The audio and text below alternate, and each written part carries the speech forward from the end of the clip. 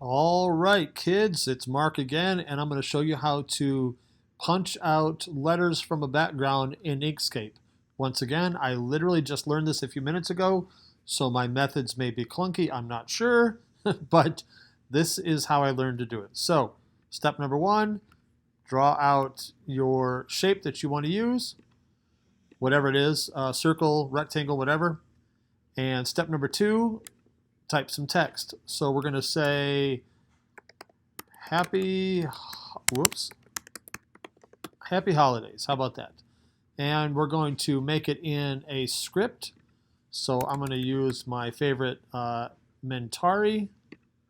I'm going to hit apply. There it is. And I will make it bigger like that. Drag it into the red rectangle.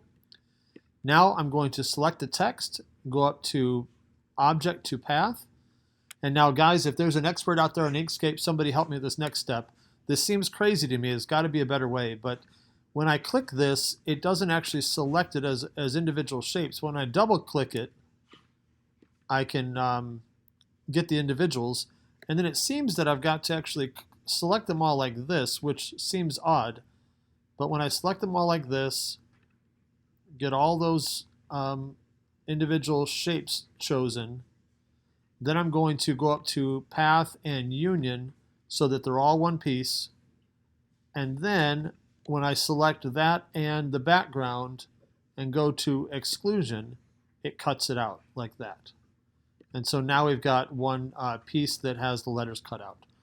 There's probably a faster way to do that, but hopefully that helps get you started on it. So enjoy. If you have Inkscape questions, I am not your guy because you just saw everything I know. But hopefully I'll get better. Have a great night, and I'll see you in the next one.